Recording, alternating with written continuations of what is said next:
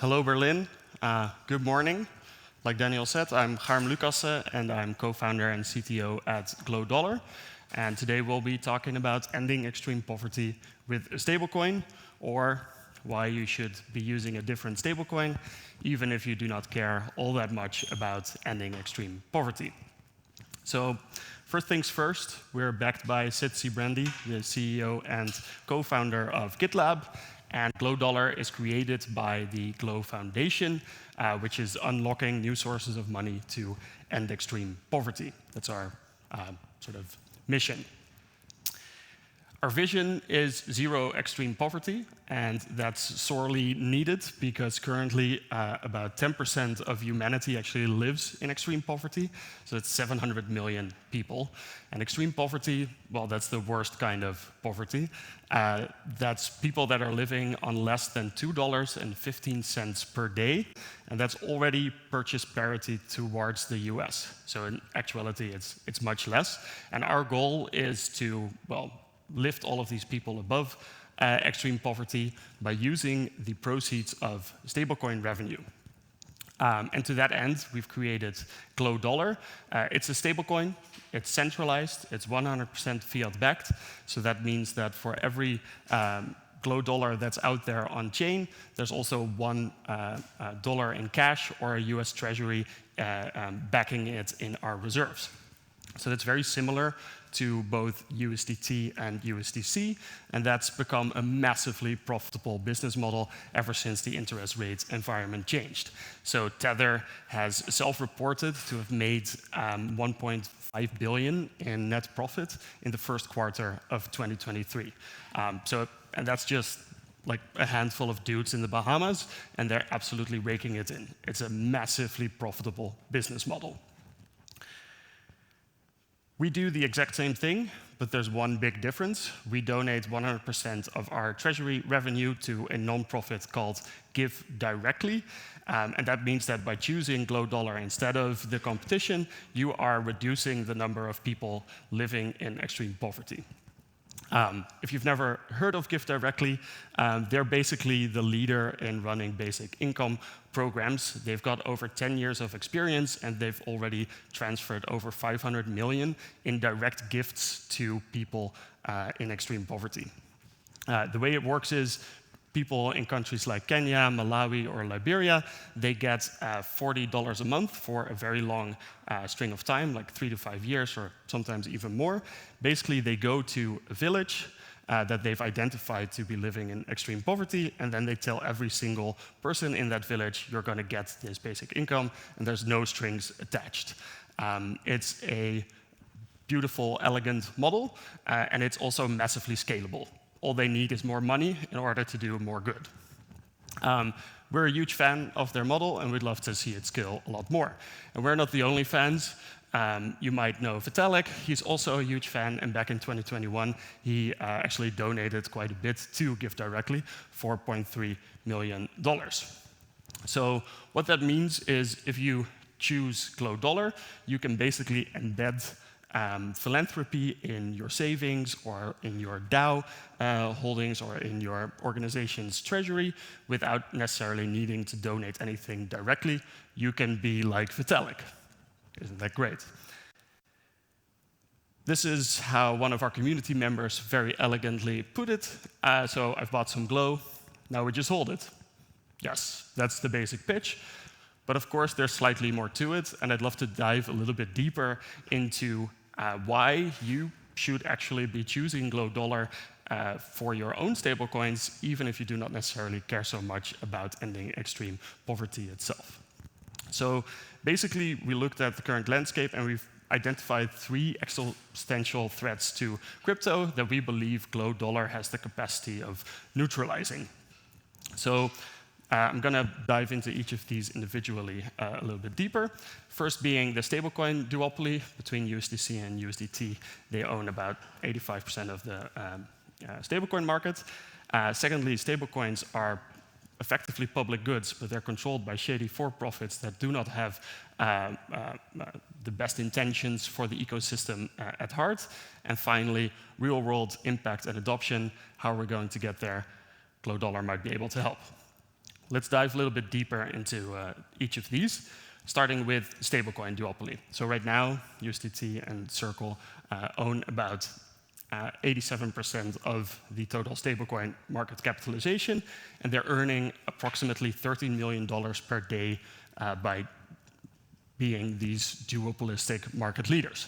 That's not necessarily bad in and of itself. Making profit is great and definitely encouraged, but I think you can argue that a lot of the value that's being created and a lot of the yield that's being created is due to the ecosystem embracing these stablecoins and not necessarily because they're doing so much in and of itself. Now, it's kind of an aside because what's really at risk here is ecosystem stability, because if we have these very concentrated duopolistic stablecoin market leaders, there's a risk to the ecosystem in if, let's say, there's a hard fork or another event in which the ecosystem wants to change something, then USDC and USDT actually have massive market power to bend those changes to their will.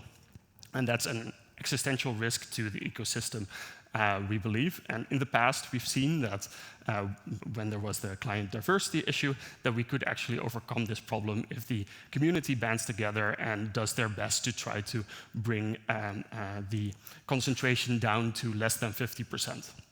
So we believe it would be great if we can get these graphs to shift a little bit and to have not 2, but 3 stablecoins that all have less than 50% of the market share.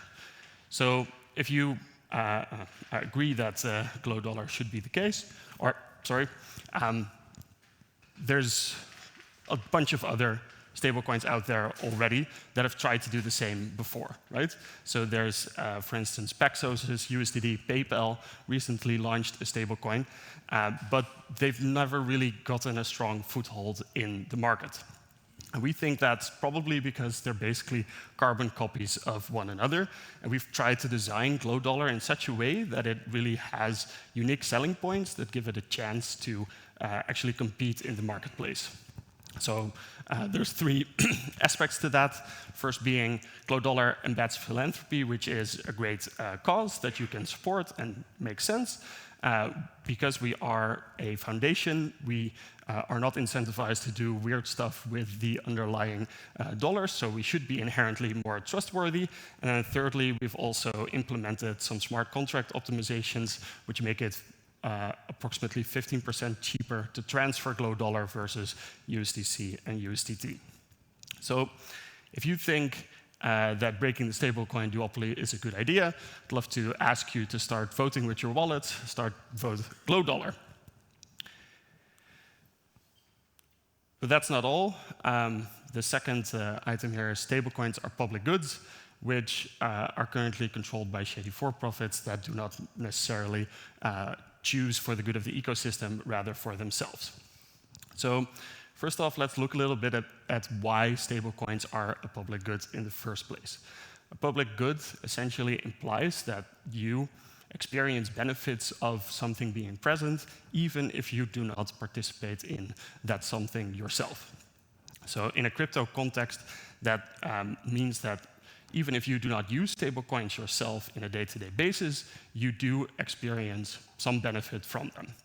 That sounds a bit vague, and I totally get that, because it's very hard to really notice that when things are going very smoothly. But when shit hits the fan, it becomes very obvious. Earlier this year with the USDC DappCon, you really noticed this, that even though if you wanted to trade not through stablecoins, but through non-stables, the only liquidity was provided through stables. So if liquidity on the stablecoins dried up, then no more trades were possible at all. And that can then really cascade and cause panic in the marketplace, as we saw for a number of very stressful days. So maybe stablecoins itself aren't necessarily public goods, but stablecoins very much are. Now, unfortunately, we cannot 100% count on stablecoins being stable. There's endless headlines of tether, fear, uncertainty, and doubt. Won't get into that. But even Circle's USDC is incentivized to seek risk. There was a beautiful profile in Fortune last week about Circle. And I thought this line was particularly telling, where USDC was initially started with the best of intentions of being a public utility. But because it is a private enterprise and they are incentivized to make profit for their shareholders, it clearly became a private enterprise product over time. So we need a stablecoin managed as a public good for the good of the ecosystem stability. Again, enter GlowDollar. We have a business model without profit incentives. I do not need to seek extra risk because I will never get rich off of it. Because of the non-profit business model, we are also transparent by design because we are seeking out regulation and we are going to need to be compliant with, for instance, non-profit transparency rules, which should make us more trustworthy and allows us to really manage GlowDollar as a public good. So vote with your wallets, please vote GlowDollar. Third, real-world impact and adoption. So crypto often dreams about wanting to transform the world and onboarding the next 1 billion people in the process. But if we look at the current statistics of what's actually happening, things aren't looking so great. Like search interest is lower, daily active wallets is lower, gas fees are very low this week as well. So the trends aren't looking very optimistic at the moment. And often what you see in crypto is that we then tend to focus inward. We tend to start building infrastructure or technology for the ecosystem itself and then hope that the additional excitement within crypto will sort of allow us to bubble outward again because people hear about it and they want to join. But I think there's also a really strong call now for us building more consumer apps and to look more outward. So making an impact on the world in a way that does not necessarily benefit us as crypto insiders very much, but rather also touches other people on the planet. So here again, GlowDollar is uniquely positioned to help us focus outward to grow adoption and impact. GlowDollar is in service of an objectively good cause. Ending extreme poverty is not very controversial. People tend to want to support it somehow. Even if they don't, they will talk positively about it. And we see that a lot with non-crypto people we talk to about GlowDollar as well. Like, very often we hear remarks such as, oh, this is actually a crypto project I understand and I would like to support. It's one of the few crypto initiatives I care about as a non-crypto person. And I think finally what I think is also very important is it's infinitely scalable. So because it is such an elegant design, we can really bring this to be larger than the existing stablecoin market. And if we are able to grow a sufficiently large social movement, you will see that we can actually grow the crypto pie in itself beyond the existing market cap. So again, if you think that real-world impact and adoption is important, please vote with your wallets and vote GlowDollar. So to recap, before you buy Glow, you own USD, maybe USDC or USDT. After you buy GlowDollar, you still own dollars, but someone in poverty also gets a basic income. So it's a donationless form of doing good in the world, which is an innovative way of funding good initiatives on the planet. Like Catholic put it, so I've bought some Glow, now we just hold it. Absolutely. But also, there are reasons for you to want to embrace GlowDollar as your stablecoin, even if you do not necessarily care so much about ending extreme poverty, because GlowDollar is able to defeat certain existential threats. So, breaking the stablecoin duopoly, GlowDollar is uniquely positioned to do so because of its unique design characteristics. GlowDollar is designed to be managed as a public good, which should maximize impact to the world and the ecosystem rather than our shareholders, because we have no shareholders. And then finally, real-world impact and adoption.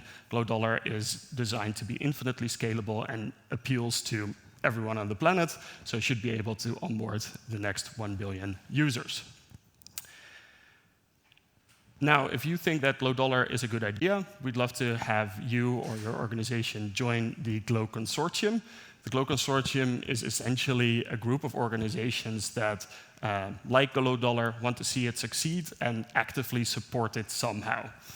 Basically, we ask you to do one of three things: either adopt, so hold Glow Dollar; donate to the Glow Foundation, which will be matched 2 times by Jitsi Brandy, so $1 becomes $2, or build together with Glow, and that's typically integrating Glow Dollar into your own platform somehow.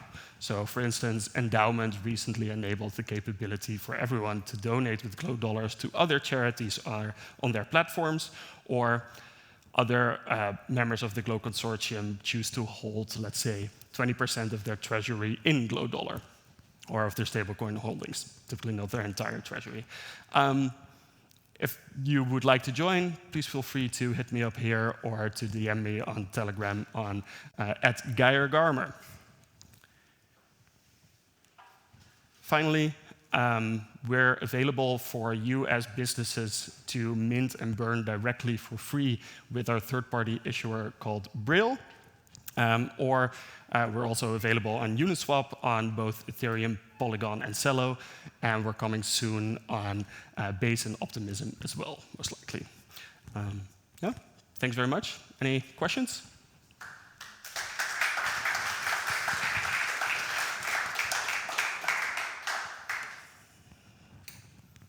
Hi, good intentions, but I still don't understand how you stable your stablecoins. How do you back it? I can only guess from your call for donations and that you're promising that for every Glow Dollar one holds, you're going to be sort of matching that with a sort of charity to someone out there in the world. So that kind of suggests that you have kind of 50% backing in your reserve. I mean, are you building a reserve? No, so we have 100% backing of the stablecoin. How do you do that? I mean, like, if you're asking for donation, is it donation in, donation out, $1 in, $1 out? So or you're keeping a reserve and you have like... It's different money streams. So the donation goes to the Glow Foundation, which funds the operations of the organization that creates Glow Dollar. Glow Dollar has a treasury reserve that's totally disconnected from any of our operational funds. Fine. And if you buy a single Glow Dollar goes into the treasury, which goes into either cash or a US bond, which yields 5% per year, and that 5% per year we donate to So you're using the interest to donate. That's right. Got you. So that's not quite one-to-one as such. So you're hoping that your interest rate would fund the charity out in the world. Yes, that's right. Okay. All right. Got it.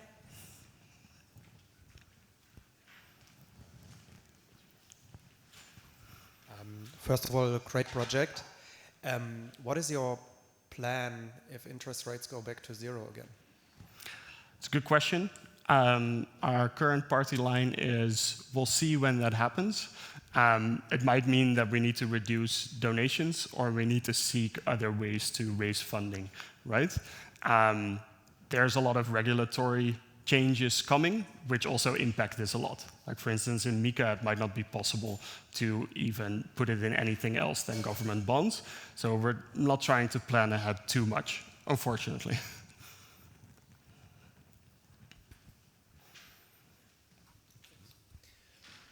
Why is Tether and UCC, why are they so strong? And is there anything that Glow can learn from that success? Great question. So I think with Tether, they were very early to the market. So they grew market share immediately. And Circle had distribution through Coinbase, which allowed them to become very large through their customer network, right? And I think the big lesson here is either be early, we're not, so that's unfortunate, or find a strong channel partner that you can distribute Glow Dollar through. And we're still in search of those, working with different exchanges, for instance, but also backing other on-chain stablecoins are talks that we're currently having.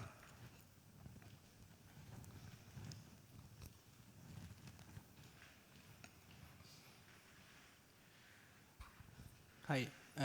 It's a very interesting project. So if I understood correctly, you're basically asking projects, companies to donate treasury yield in order to fund charities. My question is in terms of, I would say, scalability, because that's what you're going to want with a stablecoin. How do you make sure that it stays at $1? So for example, if my company has 10 million treasury and they pledge like 2 million in Glow, at some point if they need operational expenses, do they have to redeem or can they just swap it out? Because the problem with stablecoins is that it's actually extremely expensive to hold out liquidity, right? So on this kind of project, since you're at least at the beginning barely going to make revenue, how do you intend to be able to provide a seamless experience for people who have committed these assets? So we work with Brill as our third-party issuer who have a centralized minting and redeeming platform where businesses can go to and then always redeem one Glow dollar for a fiat dollar or even USDC. So that ensures that in the back there's always $1 you can get for one Glow dollar. On chain, that requires different operational interventions at times, like we saw with, for instance, the USDC DPEC earlier. There's the same situation, but you still need to have operational matters in place in order to ensure that the pack stays at $1, right? But yeah, that's the basic model.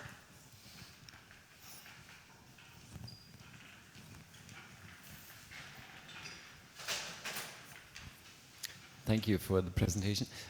Why do you yield only from US dollar or from US bonds? You don't yield from the DeFi market?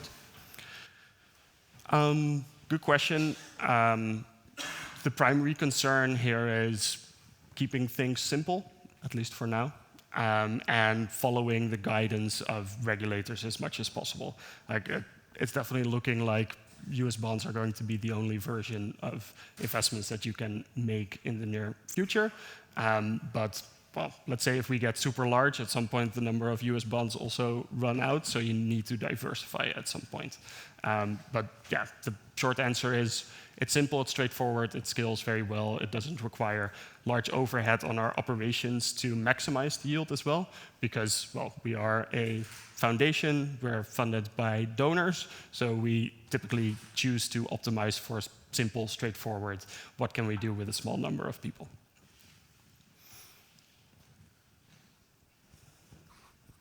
Any plans for a Glow Euro? I would personally love that, being from Amsterdam. Maybe sooner rather than later, actually, but no concrete or clear timelines or anything. What was the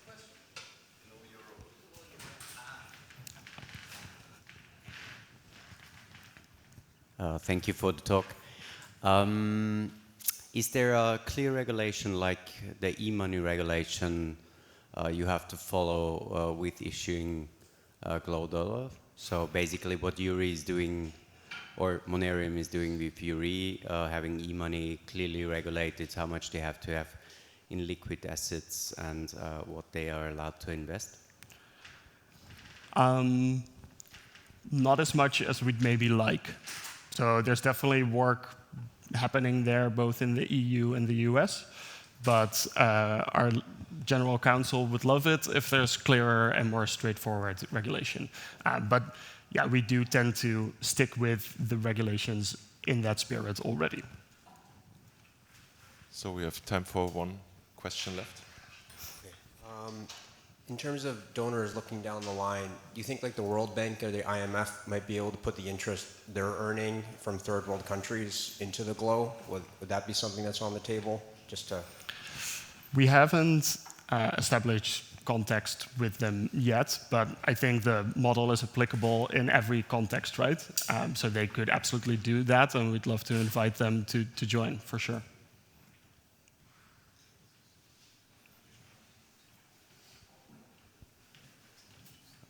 Thank you very much. Thank you.